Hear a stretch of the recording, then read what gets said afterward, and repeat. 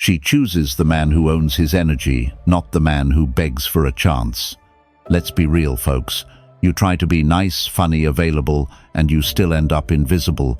You text first, you reply fast, you explain yourself, and the more you do, the less she feels. She has options. You become background noise. That is not fate. That is the cost of playing the wrong game. Here is the shift. You stop competing for attention and start becoming unforgettable. Not through louder talking, but through calmer presence. Not with tricks, but with boundaries, timing, and control of the frame. We use dark psychology as a lens and Stoicism as the backbone. You will learn how to create emotional scarcity without acting cold plant moments. She cannot stop replaying and turn silence into tension that works for you. I am here to help you wake up, not to coddle you, my friend. If you are tired of chasing, this is your line in the sand.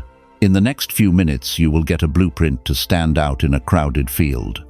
We will cover how to lead the rhythm, how to end on a cliffhanger, and how to detach before she assumes you cannot. If you want to be the man she chooses when she has many choices, stay with me. Let's get into it. Number 1. Stop competing, become the prize. Here's the hard truth, my friend. The moment you start competing for her attention, you've already lost. Why? Because competition puts her in the position of power and you in the position of pursuit.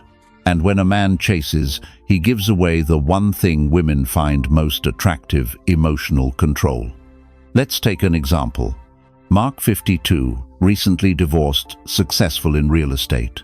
He started seeing Jenna, 45, a beautiful, confident woman who had no shortage of attention. She mentioned men constantly texting her, trying to impress her with trips, gifts, compliments. Mark thought he had to match that energy, call more, text more, be consistent. But the more he tried, the colder she became. Every nice message went unanswered longer. Every compliment fell flat. One night he told me, "I don't get it, I'm doing everything right." No, Mark. You're doing everything expected. See, when a man tries to compete, he blends in. Every guy in her orbit is trying to impress her.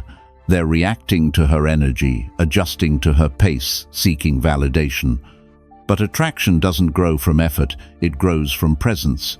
You don't win by running faster in her race. You win by stepping out of it completely. The Stoics understood this long before dating coaches ever did. Marcus Aurelius said, "The happiness of your life depends upon the quality of your thoughts." The man who believes he must win a woman is already losing control of his thoughts. He's placing his happiness in her hands. But the man who sees himself as the prize operates differently. He doesn't chase, he selects. He doesn't prove, he invites. When you become the prize, your value is not spoken, it's felt. Your time is limited, your energy is intentional, and your attention must be earned. That shift alone changes the way people experience you. Mark took that to heart. He stopped texting first. When Jenna asked why he'd gone quiet, he simply said, "I don't chase attention, I invest it." That's it, calm, firm, no bitterness. She laughed, but she didn't pull away. In fact, she reached out more, because suddenly she was dealing with a man who didn't orbit her, he had his own gravity. You see, women don't fall for the loudest man in the room. They fall for the one who doesn't need to compete for space, the one who doesn't react, the one whose presence says, "You can come closer, but I'm fine either way." This is what being the prize means. Not arrogance, not detachment, but grounded self-worth. It's the quiet understanding that you are the experience. You bring emotional stability, direction, and peace, and that's rare. Seneca said, "He who is brave is free." And in this context, bravery means walking away from competition. It means letting go of the need to impress and trusting that your calm will speak louder than your words. So here's your challenge. The next time you feel that urge to prove your value, stop. Ask yourself, would the prize chase? Because the answer, my friend, is no. The prize attracts. The prize holds still while the world adjusts. If you've ever felt like you were the one always trying harder, remember this: effort without direction isn't strength, it's desperation. And desperation kills attraction faster than anything else. If this resonates, drop it in the comments. I am the prize. Stay tuned, because next we'll uncover emotional scarcity wins every time, and I'll show you how to create an energy that keeps her chasing your presence long after you've left the room. Number 2. Emotional scarcity wins every time. Listen up, folks. This isn't about playing hard to get. It's about being hard to replace. Emotional scarcity is not silence for show. It's selective presence. The less often you give your energy, the more gravity it carries when you do. Women don't remember abundance. They remember significance. Here's the pattern most men fall into. You text fast, you explain too much, you fill every pause, and your attention becomes background noise. When something is always available, the mind stops valuing it. Scarcity restores value, not by disappearing, but by sharing yourself with intention. Stoicism gives the frame. Seneca said, "To be everywhere is to be nowhere." Translate that to relationships. If your attention floods every moment, it means little in any moment. Choose your timing, choose your words. Let your presence feel earned. Emotional scarcity is different from distance. Distance is withdrawal. Scarcity is rhythm. You show up fully, then you step back. You listen without rushing to fix. You let silence ripen curiosity. You answer when ready, not when anxious. That steadiness reads as strength. Epictetus taught, "If you want to improve, be content to be thought foolish. Accept that some will misread your calm as indifference. That's fine. You are not responsible for every interpretation. You are responsible for your discipline. Let clarity replace the urge to explain." Marcus Aurelius wrote, "The soul becomes dyed with the color of its thoughts." If your thoughts are needy, your patterns will be too. If your thoughts are grounded, your communication slows, your tone lowers, and your messages carry weight. Your restraint becomes felt, not forced. Here's how to practice. First, set response windows that respect your schedule. You're not on call, you're on purpose. Second, keep messages clean. One idea, one line, no paragraphs of justification. Third, stop oversharing early. Mystery isn't secrecy, it's pacing. Fourth, exit highs on a cliffhanger. End the conversation before energy drops. Let anticipation work in your favor. Remember, scarcity without warmth becomes ice. You aren't cold, you're composed. When you show up, be fully present. Focus your eyes, slow your breathing. Listen like you have nothing to prove. Then when you pull back, she feels the shift as contrast, not punishment. Most men chase certainty and lose attraction. Certainty is comfortable, comfort is forgettable. The edge lives in uncertainty, managed by a calm man. That's what emotional scarcity creates: attention she returns to without understanding why. You don't command attention with noise, you create demand with restraint. Guard your energy like currency. Budget it toward mission, health, craft, and a small circle that respects it. When your life is full, scarcity happens naturally. You're not withholding, you're prioritizing. That reality is more attractive than any tactic. A final check. Ask yourself before you hit send, am I giving value or chasing reassurance? If it's reassurance, wait. Breathe. Return later grounded. A measured reply beats a fast one every time. You don't need to say more to be more. You need to mean more when you speak.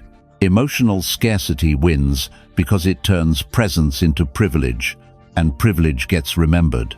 If this lands, drop it in the comments. I protect my energy. Stay disciplined, my friend. Lead with purpose, not impulse. With timing, not tension. With patience, not panic. When you master scarcity, you stop competing for attention and start commanding it. That is the quiet advantage. High-value women recognize immediately and choose repeatedly. Own less, mean far more. Number 3. Create emotional imprints, not promises. Here's the truth, folks. Women don't remember what you say, they remember what they feel when they're with you. You can make 100 promises, send all the sweet messages in the world, but if none of it leaves an emotional imprint, it fades like static. Attraction isn't logical, it's biological. You don't win her mind with words, you win her memory with presence. Let me give you a real example. David, 55, from Austin, started dating Claire, 50, after years of being single. He was charming, thoughtful, always telling her, "You can count on me." But his actions were predictable dinner compliments, small talk repeat. Claire liked him but never felt pulled toward him. One night, instead of dinner, David invited her to a jazz lounge downtown. The lighting was low, the music slow. He didn't talk much, just listened, smiled, and at one point leaned close and said, "You ever notice how some moments feel louder than words?" She looked at him differently after that. That moment became a memory. Why? Because it wasn't about what he promised, it was about what she experienced. The Stoics understood this principle centuries ago. Marcus Aurelius said, "Waste no more time arguing what a good man should be. Be one." That's the essence of emotional imprinting.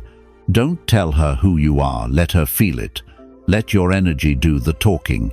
Emotional imprints come from states, not statements.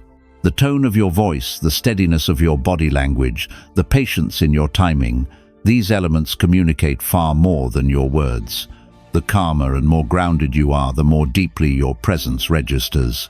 You see, every interaction with a woman is a moment of conditioning.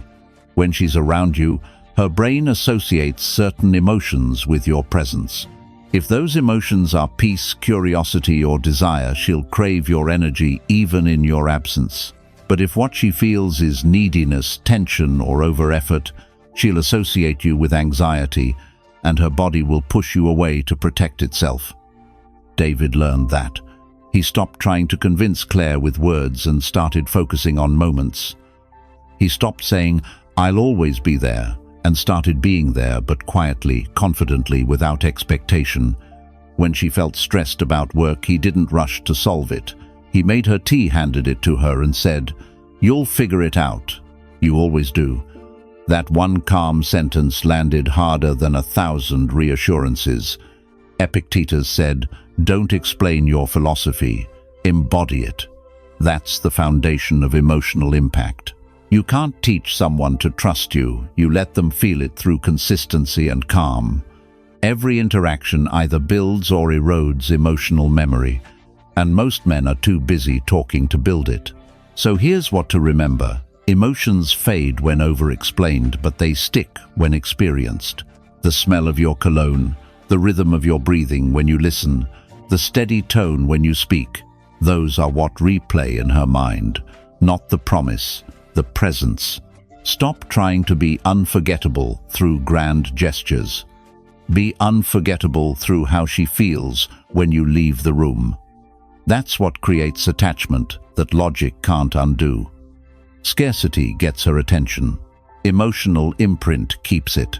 So, my friend, ask yourself, are you building memories or just making noise? Because noise disappears. Memories echo. If this hits home, drop it in the comments. I leave an imprint. Stay with me because next we'll dive into Number 4. Anticipation is the new seduction, and you'll learn how to turn patience into the most powerful attraction weapon you'll ever use. Number 4.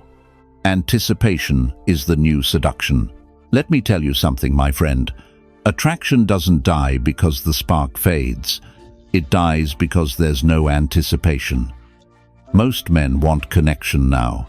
They rush the process, over-communicate, overshare, over-deliver, and in doing so they remove the very thing that makes them desirable, the wait. Anticipation is the modern form of seduction.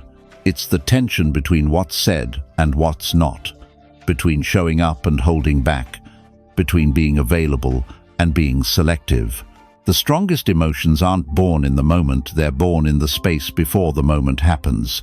The Stoics would call this patience with purpose. Marcus Aurelius said, "Time is a river of passing events, and its current is strong." The wise man doesn't fight the current, he flows with it. The same applies here. You don't chase connection, you pace it. You build it like a slow burn, not a spark that fizzles out in the first 5 minutes. When you move slower, people start to feel your energy longer. They begin to wonder. That wondering is where desire lives. Because once she can predict you, she can control the story. But when you create rhythm moments of depth followed by distance, you give her mind room to imagine, and imagination is the strongest fuel for attraction. Think about it. Every great song, every powerful movie, every unforgettable moment has one thing in common: timing. It's the pause before the drop, the breath before the confession, the silence before the kiss. That's what anticipation does. It amplifies what's already there. Epictetus said, "No great thing is created suddenly." Desire isn't an explosion, it's an accumulation. You create it by resisting your own impulse to rush. When you hold back from constant communication, from instant validation, from seeking reassurance, you give your connection room to breathe. In this era of instant gratification, the man who can delay becomes irresistible. Everyone else floods her phone. You stay calm. Everyone else overshares. You keep her curious. Everyone else talks to fill silence. You let silence build gravity. That's not detachment. That's mastery. Anticipation also reveals discipline. And discipline is the purest form of attraction. It shows you can manage yourself, your emotions, and your impulses. The Stoics prized this above all else. Because when you can control your timing, you control the emotional rhythm of the interaction. You're no longer reacting, you're leading. Now, don't confuse anticipation with manipulation. This isn't about withholding affection or playing games. It's about understanding pace, the difference between emotional flooding and emotional resonance. You want her to feel you echo, not just see you appear. And here's where most men fall short. They mistake availability for connection. They think being always there builds safety. It doesn't. It builds predictability. And predictability is emotional death. Instead, build consistency with edges. Be solid in who you are, but unpredictable in when and how you show up. That's what keeps the flame alive. Seneca wrote, "No man is crushed by misfortune unless he has first been deceived by prosperity." In modern terms, comfort kills edge. You can't seduce someone who already knows your next move, so keep some of your rhythm unknown. Now, if you want to master this kind of emotional rhythm, to learn the practical side of anticipation, timing, and emotional pacing, you need to go deeper. Join the private membership. That's where I break this down step by step. Real frameworks, real examples, real conversations that make you unforgettable without saying a word. Because in the end, attraction isn't about chasing faster, it's about moving slower with intent. The man who makes her wait just a little is the man she can't stop thinking about. If you're feeling this, drop it in the comments. I master the wait. Number 5. The silence that speaks desire. Here's something most men will never understand. Silence, when used right, doesn't kill attraction. It builds it. Silence is the invisible thread that pulls curiosity tighter breath by breath. The men who talk too much, explain too much, and fill every pause are afraid of losing control. The man who can sit in silence, calm and steady, owns the room without saying a word. Let's make this real. Kevin, 48, a financial consultant from Seattle, met Laura, 45, a yoga instructor, confident, well-spoken, used to attention. Their first date went smoothly, but he noticed something. When conversation slowed, she'd lean in, almost testing him. Most men would have rushed to fill that space with nervous chatter. Instead, Kevin held eye contact, took a slow sip of his drink and smiled slightly. No words, just presence. Laura looked away first, then back. "You're quiet," she said. He replied calmly, "I like to listen before I speak." The silence after that wasn't awkward anymore. It was electric. That's the secret. Silence isn't emptiness, it's presence. When you know how to use it, silence becomes a language of desire, because it forces both people to feel. It creates tension, reflection, awareness. Marcus Aurelius said, "The nearer a man comes to a calm mind, the closer he is to strength." In the context of attraction, calm is strength. When you don't rush to respond, when you're not afraid of pauses, you project self-possession, and that's magnetic. You see, women read silence emotionally, not logically. If your silence comes from anxiety, it feels cold or distant. But if it comes from composure, it feels confident, even seductive. That's why silence is not about saying nothing, it's about saying enough. Kevin didn't play a game. He didn't calculate. He simply slowed down.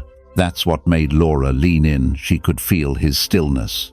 That's the kind of energy that leaves an imprint long after the moment ends. The Stoics practiced this discipline daily. Epictetus advised, practice silence or speak only what is necessary.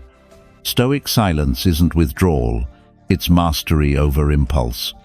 It's the ability to hold your emotional ground while others fidget for validation. That quiet power is what separates the man she forgets from the man she replays in her mind. Let's be honest, in today's world, silence scares people. Everyone's addicted to noise, texts, opinions, replies, reactions. But silence is where true connection lives. It's the difference between stimulation and presence. When you use silence deliberately, you slow down her emotional pace. You make her wait for your next word, your next move. That waiting builds anticipation, the root of desire. It tells her, I'm not trying to impress you, I'm simply here. Kevin told me later, when I stopped trying to be interesting, I became interesting. That's the paradox. Silence doesn't make you mysterious, it reveals your depth. It gives people a chance to feel you beyond your words. Seneca wrote, speech is the mirror of the soul. As a man speaks, so is he. But the Stoics also believed that silence reveals the soul more honestly than speech ever could. Your stillness shows what you've mastered, your emotions, your impulses, your need to fill space. So here's how to use silence like a master. When you feel pressure to respond, pause. When she looks at you waiting for an answer, hold the gaze. When conversation fades, breathe. Let your composure do the talking. Women remember that kind of energy. The man who listens deeply, who doesn't rush, who holds presence in silence, that man becomes unforgettable. If this hits home, drop it in the comments. I speak through silence. Stay tuned, because next we'll talk about number 6. Control the frame, never chase the flow, where you'll learn how to guide her emotions without saying a single persuasive word. Number 6. Control the frame, never chase the flow. Let's get one thing straight, my friend. Whoever controls the frame controls the dynamic. Most men lose women, not because they lack attraction, but because they lose control of the frame. They let her emotions dictate the rhythm, her words dictate the meaning, and her reactions dictate their confidence. That's emotional submission disguised as connection. Here's the truth. Women are naturally drawn to emotional leadership. They don't want a man who follows their emotional state. They want a man who regulates it. If she's moody, you stay calm. If she tests, you stay grounded. If she pulls away, you don't chase, you hold your frame like a mountain unmoved by weather. In Stoic terms, that mountain is logos, reason over reaction. Marcus Aurelius wrote, "You have power over your mind, not outside events. Realize this, and you will find strength." When you internalize that, you stop reacting to her behavior and start leading with your energy. Control doesn't mean dominance. It means direction. When you control the frame, you decide what things mean. If she says, "You're too quiet," you don't defend yourself. You smile and say, "I like peace more than noise." If she teases you, you don't flinch, you laugh, unbothered. That calm detachment shifts the energy back to your ground. See, most men chase the flow, they adapt, they adjust, they try to please. But women don't respect that. They test it, because deep down they want to know if your center can hold. When your emotions rise and fall based on her reactions, you show that you're not in control of yourself, and if you can't control yourself, she'll never feel safe around you. Stoicism teaches mastery of perception. Epictetus said, "It's not what happens to you, but how you react to it that matters." Apply that here.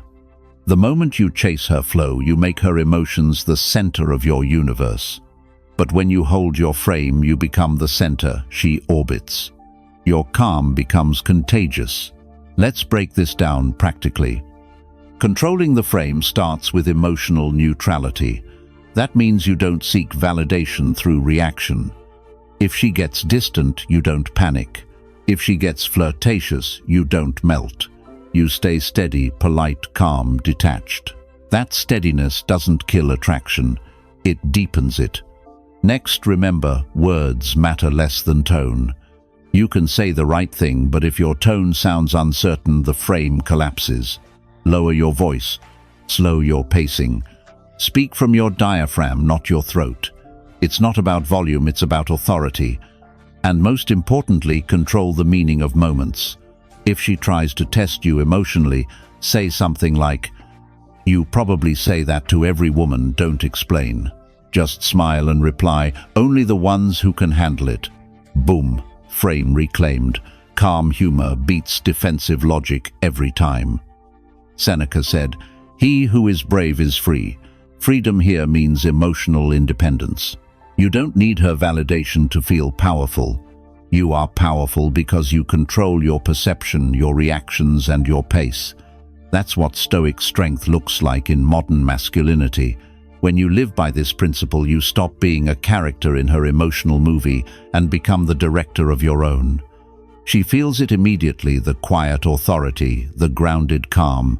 It's not arrogance, it's emotional leadership. So remember this, never chase her flow. Lead with your stillness, guide with your energy. Because the man who controls the frame doesn't need to force attraction. He creates it by being the calm in her storm. If this speaks to you, drop it in the comments. I hold the frame. Take a breath. The next part isn't louder, it's quieter, but that's where all the strength hides. Number 7. The paradox of distance. Let me be real with you, my friend. The harder you try to get close, the faster she pulls away. Every man has felt it. You finally meet a woman you actually connect with and you think, "I don't want to mess this up." So you lean in, more text, more compliment, more plan, more. You think closeness will build attraction, but what you're really doing is choking the mystery that made her curious in the first place. This is the paradox of distance, the strange truth that the space you give is what makes connection deepen. Real closeness is born from freedom, not control. It's when she chooses to move toward you, not when you try to drag her closer. Take Daniel, 50, a business owner from Chicago.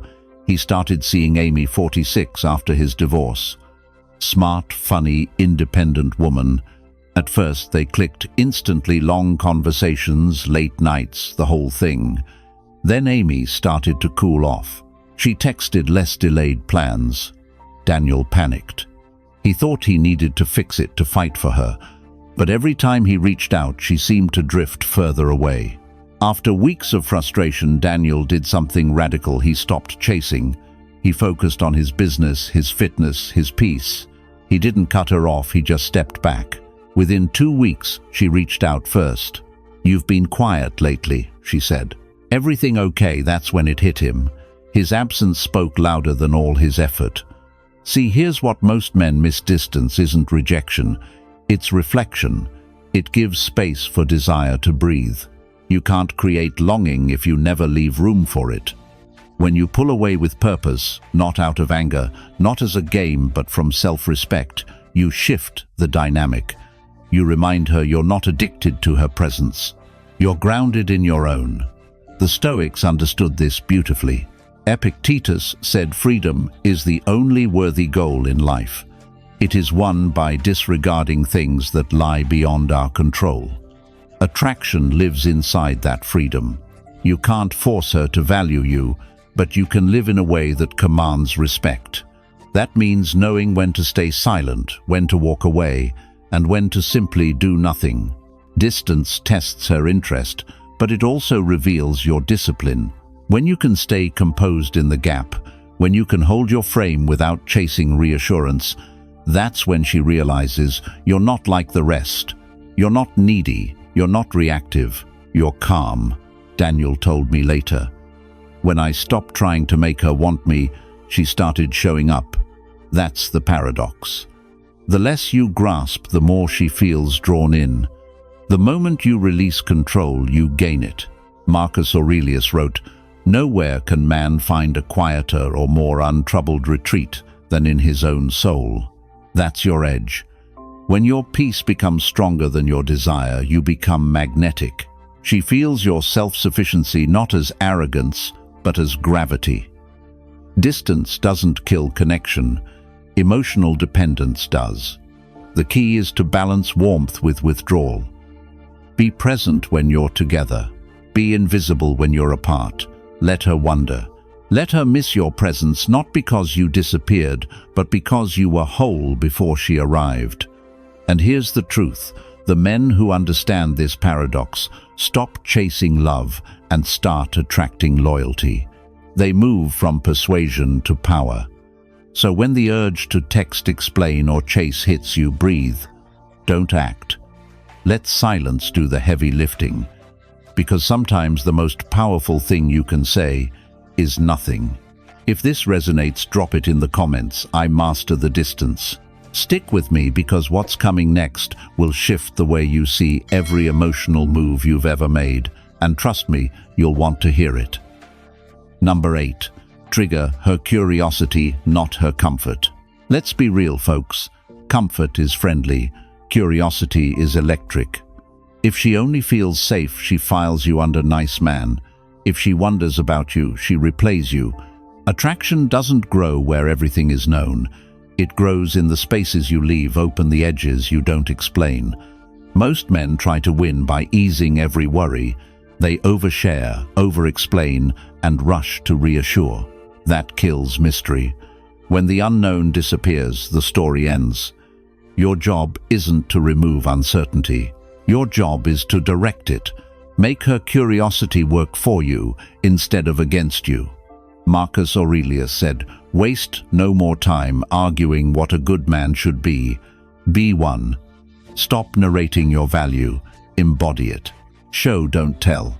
Walk in with purpose, leave before the energy dips, and let your silence carry weight. When you speak, keep it clean and grounded. When you pause, let the pause breathe." Curiosity thrives on restraint. Less backstory, more presence. Fewer explanations, better questions. Try what's the hardest truth you've learned this year, then wait. Hold eye contact a beat longer than usual. Don't rush to add your own story. Let her feel the space. That space is where connection deepens. Epictetus taught, practice silence, or say only what is necessary. Necessary means meaningful, not minimal. Share one clear point, then stop. Offer a glimpse, not a download. You are a book to be read over time, chapter by chapter. If you hand over the summary on page 1, there's nothing left to discover. Here's a practical rhythm. First, appear with intent, steady posture, slower pace, phone away. Second, speak sparingly, one thought per sentence, no justification. Third, pivot with curiosity. When she probes, answer briefly, then invite her perspective. Fourth, exit on a high leave while the energy peaks, so her mind keeps moving toward you. Curiosity also comes from contrast. Warm presence with an edge, calm voice with playful timing. Focused listening with selective disclosure. She shouldn't know whether your next move is a question, a smile, or goodbye.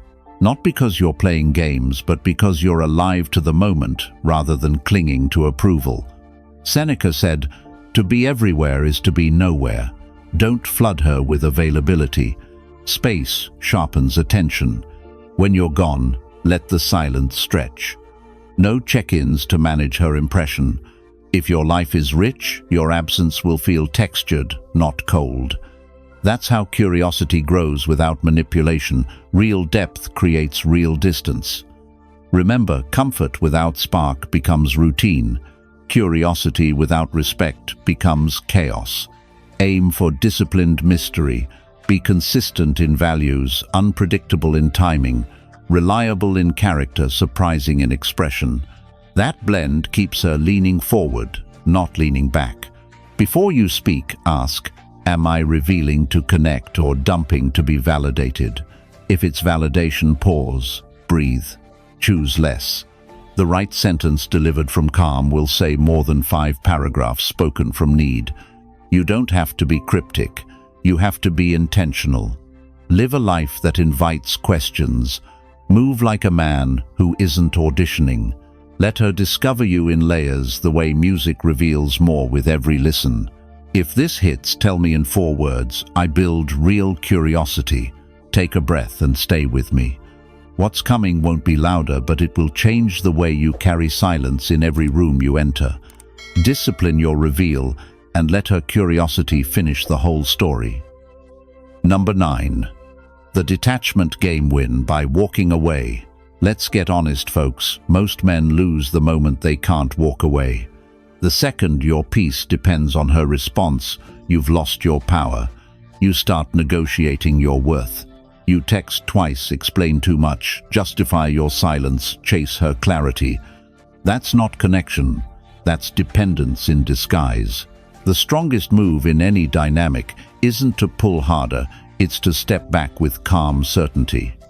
Detachment isn't about caring less, it's about caring correctly. It's understanding that your value doesn't shrink when someone fails to see it. Let me give you a real story. Michael, 54, from Denver, had been seeing Erin, 49, for about 3 months. Things started great, fun, laughter, chemistry. But then came the subtle shift. She started cancelling plans, replying late, testing his patience. The old Michael would have confronted her, demanded an explanation, tried to fix it. But this time he did something different. He said nothing. He didn't ghost her. He just redirected his energy. Gym, work, friends, he lived. 2 weeks later, Erin texted, "Are you mad at me?" He replied, "Not at all. I've just been busy living my life." That single line said everything. Calm, grounded, self-assured. She started pursuing him again, not because he played a game, but because he stopped reacting. That's detachment, emotional control through self-focus. The Stoics would call it apatheia, not in the sense of apathy, but mastery over reaction. Marcus Aurelius said, "You have power over your mind, not outside events. Realize this, and you will find strength." When you stop trying to manage what isn't yours to control, peace becomes your weapon. Detachment doesn't mean cutting her off or building walls. It means you choose your center over chaos. You refuse to negotiate your dignity. You don't stay in conversations that cost your self-respect. You don't fight for attention that isn't freely given. You walk away not in anger but in alignment. Here's what most men don't get: women feel detachment differently from withdrawal. Withdrawal says, "I'm hurt and I'm punishing you." Detachment says, "I'm calm and I respect myself." One repels, the other attracts. Because detachment communicates that you live from abundance, not scarcity. Epictetus said, "The more we value things outside our control, the less control we have." When you base your peace on her approval, you lose twice: once when she pulls away and again when you chase her back. But when you root your peace in purpose, fitness, craft, brotherhood, growth, you win even when she leaves. Michael told me later, "When I stopped fighting to keep her, I started feeling like myself again." That's what walking away gives you: clarity. You start seeing who's genuinely aligned and who was feeding off your attention. you stop confusing desire with dependency. Detachment is not a tactic, it's a state. It's the quiet confidence that you can lose her and still keep yourself. It's the emotional muscle that says, I choose me first. When you build that kind of strength, people sense it instantly. You stop being the one who waits and you become the one who's remembered. So here's your test next time she goes cold. Don't explain, don't plead, don't chase. Step back. Focus inward. Silence speaks. Presence replaces panic. And when you can walk away without resentment, you've already won. If this hits home, drop it in the comments. I choose peace first. Hold on, because what's next will shift how you see the entire game, not just between men and women, but between strength and surrender itself. Number 10. Be the calm storm she can't forget. Let me ask you something, my friend. When a woman thinks about you long after you're gone, what do you think she remembers? Your looks, your words? No, she remembers your energy, not the loud performative kind, the quiet kind that lingers, the kind that's steady under pressure, that never flinches, that feels like peace wrapped in danger. That's what I call the calm storm. A calm storm is a man who holds contrast inside him, stillness and intensity, patience and power. He doesn't chase attention, but when he walks into a room, everyone feels it. His presence doesn't demand, it draws. He's not trying to impress anyone, he's simply anchored. The Stoics would have called this inner state ataraxia, unshakable tranquility. Marcus Aurelius said, "Be like the rock against which the waves break, and it stands firm while the raging sea falls still around it." That's the essence of it. You don't fight the storm, you become the center of it. Here's what most men get wrong. They think being calm means being dull. They confuse peace with passivity. But real calmness isn't the absence of energy, it's the mastery of it. It's holding tension in your body and mind without letting it spill out. It's knowing that you don't have to prove you're strong. You show it through stillness. Think of it like this. When she argues, you don't raise your voice. When she tests, you don't react. When things fall apart, you breathe slower. That's the calm. But within that calm, there's presence, eye contact that holds a tone, that grounds a posture that says, I'm not going anywhere. That's the storm. The combination burns itself into her nervous system because it's rare. Most men crumble under pressure or explode to regain control. You do neither. You contain it. There's a kind of unspoken dominance in that. Not dominance over her, dominance over yourself. When you master your impulses, you project safety and strength at once. And here's the paradox. The calmer you are, the more intensity she feels. Because your restraint leaves space for her imagination. Seneca wrote, "He who is brave is free." Freedom here means emotional sovereignty, the ability to hold your center no matter who enters or leaves your life. That's what makes a man unforgettable. Not the chase, not the noise, not the drama, but the energy that says, you can't shake me. Let's bring this down to something practical. You build that calm storm through discipline, physical, mental, emotional. Lift heavy things. Sit in silence. Practice walking slowly when you feel anxious. Control your breathing when someone pushes your buttons. You're not suppressing emotion, you're containing it. That's what gives it power. A woman can sense this immediately. She feels safer and more alive at the same time. Your energy tells her, this man won't break and he won't bend to please. You become both comfort and challenge. She feels the peace of your control and the thrill of your unpredictability. You don't chase her thoughts, you occupy them. You don't beg for her attention. You command it by being the one thing her world lacks: steady fire. The man who moves with silence but radiates danger. The man who doesn't need to prove he's different because she already feels it. Be that man, the calm storm she can't forget. The one whose silence thunders, whose composure seduces, whose presence lingers in her pulse long after you're gone. Because, in the end, That's not just attraction, that's legacy. So my friend, what you've just heard isn't about tricks or tactics, it's about power. Real grounded masculine power. The kind that doesn't chase, doesn't beg, and doesn't break. You've learned how emotional control, silence, and discipline turn you into the calm center of every storm. You've learned that attraction isn't built through words, it's built through presence. Now, if you're ready to go deeper, to master these principles and apply them in real life, join the private membership. That's where we talk unfiltered, where you'll learn the mindset, habits, and discipline that make this way of living second nature. And if you haven't already, hit subscribe. Stay connected. Every day we sharpen the mind, strengthen the frame, and build men who lead with quiet confidence. Thanks for watching, my friend. Stay strong, stay steady, and I'll see you tomorrow.